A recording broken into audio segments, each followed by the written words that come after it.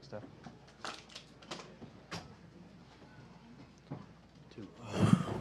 Third seed in. We'll take first question on the third row on the left. Hey, Steph. Steve Reed from the Associated Press. Obviously, tonight probably didn't go as well as you wanted to, but could you just kind of put a bow on the weekend and what it's been like this whole weekend? It's an amazing weekend being back in Charlotte, and pretty much everything I imagined it to be. Having my family and friends, people I grew up with, kind of come out and celebrate how influential and important Charlotte is to me and my entire family. So obviously ending up tonight playing in the All-Star game here was very surreal, and one I'll remember for a very long time despite the missed shots and the loss, for sure. Next row back. Steph, Mark Medina, Bay Area News Group. Can you take us through the play where you hit the three falling down over Clay and what the banner was like afterwards? From the time he checked in, we were going back and forth. I wanted to guard him every chance I got, and him vice versa. So I feel like any possession I touched the ball with him on me, I was just going to shoot no matter what. And it worked out in my favor that possession. He fell asleep for a hot second, tried to close out, and I sold the call for sure. So it's nice to see that one. If I was going to make one shot out of the 23 I took, it had to be that one. Third row on the left side. Anthony Sider with The Athletic. Steph, how surprised were you on the bounce pass to Giannis that he actually finished it? I mean, just take us through that play. I bounced it really high, and a lot of time in between, when it hit the ground to him dunking it. Obviously, timing was unreal. His length, finishing it and getting it before it came down. Pretty bang play. Just glad we had that connection. I'm not sure anybody else on the floor could have finished that one. So for it to be choreographed like that was pretty nice. Back row center. Manolo Rodriguez from TAP Deportes, Puerto Rico. You showcase your talent to the whole city that saw you grow up, but you blessed more children when you were here during the All-Star weekend. How do you feel blessing other people that saw you grow up and they now can have that opportunity to be blessed by you?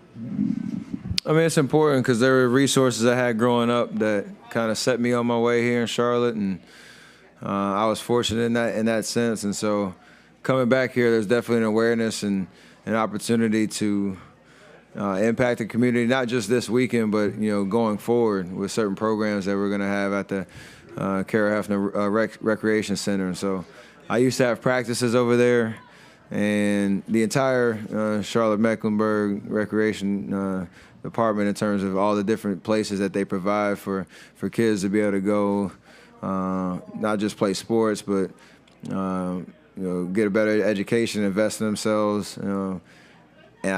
Me and my family thought that was an extremely important opportunity. And again, something that year after year, hopefully we can come back and continue to reinvest. Jamal right here. Jamal Murphy, Bill Roden on Sports. How good did it feel to get that dunk at the end? Yeah, for all y'all that saw me in L.A. A couple months ago, I redeemed myself. So that was the best part of my night for sure. Front row on your left. Lauren Jones, LA Sentinel. Can you describe the dynamic between you and Clay, and just to be able to go against him? He pointed to you after knocking down a three in the corner, and just talk about that dynamic. Yeah, I mean, we're obviously each other's biggest supporters, but we kind of do it in a fun way. We talk so much trash to each other. Like, there's a couple sayings we throw out there when each of us is shooting, and we almost get happy when the other one misses. Like, it's just a weird kind of vibe, but it comes from a good place. And so, I was yelling at him. I'll yell at him when we're playing for the Warriors and we're on the same team. I think it's because we feed off of the competition and trying to be better than each other at shooting the basketball. So that always kind of be the vibe for sure. We got Rod on the back left, and then back here for the last question. Rod Boone with The Athletic, right here, Steph. Just wondering what it's like, somebody who was born and raised here, what it's like to see Kemba Walker just get the love that he got from the people tonight and just his career here so far in Charlotte. For me growing up, obviously with the Hornet organization being here, representing the city, leaving and then coming back. It's a different name. Now the Hornets again. Like, there's just a lot of history here from a basketball perspective. And I think I felt it everywhere I went. They're celebrating, my dad and Muggsy, Lonzo Mourning, Glenn Rice, Larry Johnson, Kendall Gill, all those guys that suited up for the Hornets.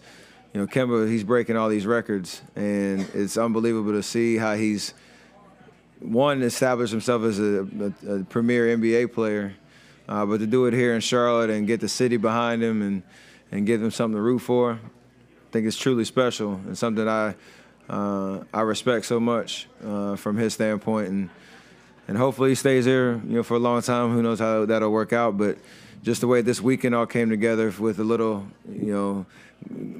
older guys and the new regime with Kemba, kind of all celebrating what it means to be a Hornet. That was pretty special. Last question in the back right. Steph, Dustin Fife for Fox Sports Southeast. Kind of asked my question, but a follow-up. With those records being broken here by Kemba, do you give your dad a hard time about that a lot with most of his records going down?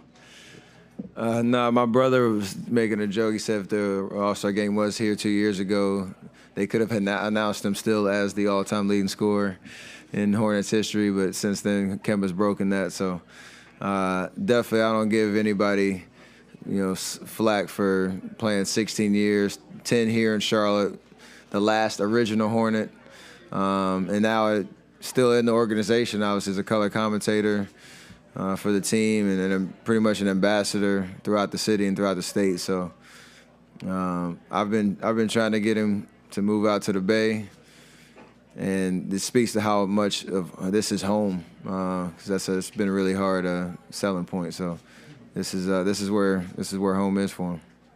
Thanks, Steph. Paul George will be next.